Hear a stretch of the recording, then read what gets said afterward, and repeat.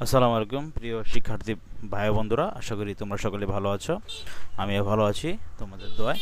বরাবরের মতো আমি অনেক জব নিউজ থেকে একটি নতুন বিজ্ঞপ্তি নিয়ে কথা বলবো। তো তোমরা স্ক্রিন দেখতে পাচ্ছ, জানা গেল কবে প্রকাশ হবে এসএসসি পরীক্ষার ফলাফল। তো তোমরা যারা এসএসসি পরীক্ষা 2025 সালে পরীক্ষার্থী রয়েছো, তোমাদের রেজাল্ট কিন্তু অতি শীঘ্রই দিয়ে দিবে। কবে কবে প্রকাশ হবে, সম্ভাব্য তারিখ, এই বিষয়ে আজকে আমরা আলোচনা করব। ভিডিওটি একটু ধৈর্য সহকারে তোমরা দেখো। তো বন্ধুরা, 2025 সালে যারা তোমরা এসএসসি পরীক্ষার্থী রয়েছ, তাদের পরীক্ষা কিছুদিন আগেই শেষ হয়েছে। তো এখন রেজাল্টের পালা। তো রেজাল্ট কবে দিবে এই বিষয়ে আজকে আন্তঃশিক্ষা বোর্ডের সমন্বয়ে একটি মিটিং হয়েছে।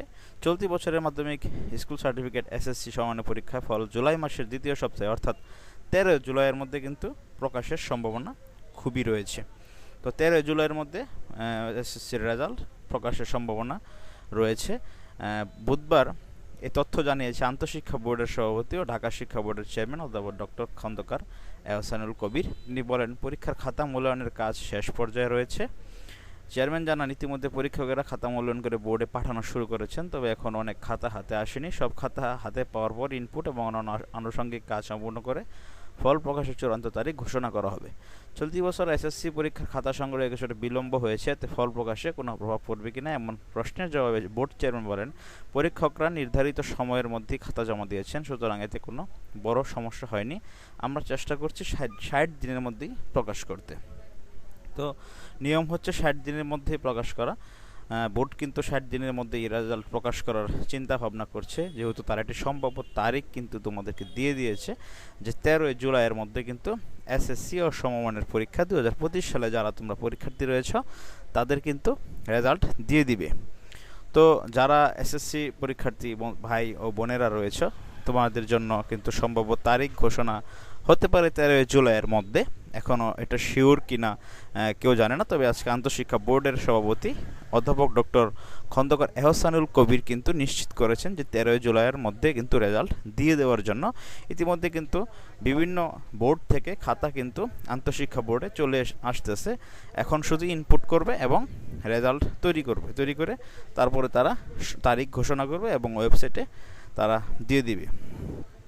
তো এসএসসি পরীক্ষার্থী যারা রয়েছে ভাই ও বন্ধুরা, তাদের কিন্তু রেজাল্ট দেখার নিয়ম কিন্তু এখানে অনলাইনের মাধ্যমে রয়েছে, দেখতে পাচ্ছ www.educationboardresult.gov.bt। এই ওয়েবসাইটের মাধ্যমে কিন্তু রেজাল্ট দেখতে পারবে, অথবা www.eboardresult কিন্তু ওয়েবসাইটে প্রকাশ করতে। তাছাড়াও কিন্তু তুমি মোবাইলে এসএমএস এর মাধ্যমে করতে পারবে। মোবাইলে এসএমএস এর মাধ্যমে করার জন্য SSC space board space roll space year দিয়ে 16322 নাম্বারে কিন্তু পাঠাতে হবে। 16322 নাম্বারে কিন্তু পাঠাতে পারবে। এবছর এসএসসি পরীক্ষায় অংশগ্রহণ নেয় প্রায় 19 লাখ শিক্ষার্থী। পরীক্ষা শুরু হয়েছিল কিন্তু 10 এপ্রিল 2025 এবং শেষ হয়েছিল 13 মে 2025 এবং প্র্যাকটিক্যাল সহ শেষ হয় 25 মে। তো তোমরা যারা রেজাল্ট পাবে তাদের বিভিন্ন ধাপ রয়েছে।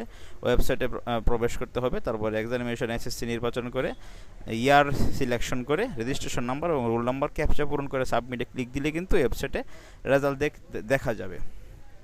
রেজাল্ট প্রকাশের সময় কিন্তু সকাল 10টা থেকে দুপুর 12টার মধ্যে রেজাল্ট কিন্তু দিয়ে দিবে। যেহেতু আন্তঃশিক্ষা বোর্ড একটি আজকে তারা বলেছে যে 13 জুলাইয়ের মধ্যে রেজাল্ট দিয়ে দেওয়ার কথা।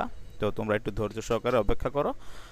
তোমরা আশা করি তোমাদের সকলের রেজাল্ট খুব ভালো হবে এবং তোমরা সকলেই ভালো মার্ক পেয়ে পাশ করতে পারবে। তো ভালো মার্ক পেয়ে পাশ করার জন্য তোমাদের ভালো পরীক্ষা তোমাদের অবশ্যই তোমরা দিয়েছো।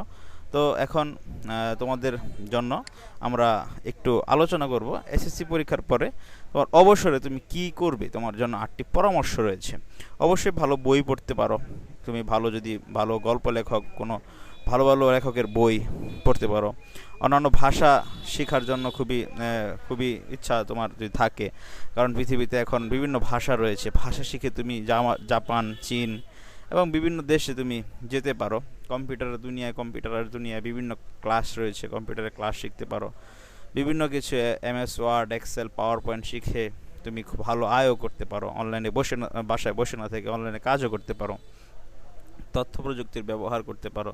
বর্তমান হচ্ছে এর দুনিয়া, বিভিন্ন তথ্য প্রযুক্তি সাইট, তোমাকে web design, graphic design, digital marketing, হ্যাঁ, প্রোগ্রামিং, কোডিং, বিভিন্ন কিছু তুমি ঘরে না বসে থেকে কিন্তু তুমি এই 2টা মাস শিখতে পারো। 60 দিন তুমি শিখতে পারো।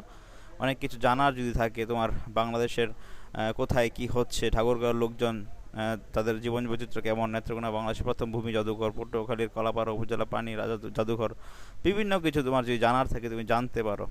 যদি কোথাও ঘুরে আসতে পারো, তারপরে তোমার হাত বাড়িয়ে সহযোগিতা, হাত বাড়ানো যে দুভাবে, কিছু চাওয়ার জন্য, কিছু দেওয়ার জন্য, আবার হাত দিয়ে কাউকে টেনে তোলাও যায়।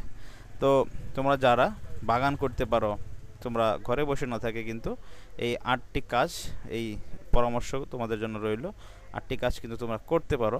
যারা তোমরা পরীক্ষা শেষ করে ইতিমধ্যে ঘরে বসে আছো, তোমরা digital marketing, graphic design, freelancing, আরও বিভিন্ন কিছু তোমরা ভালো করে শিখতে পারো। তথ্য প্রযুক্তির ব্যবহার খুব ভালো করে করতে পারো।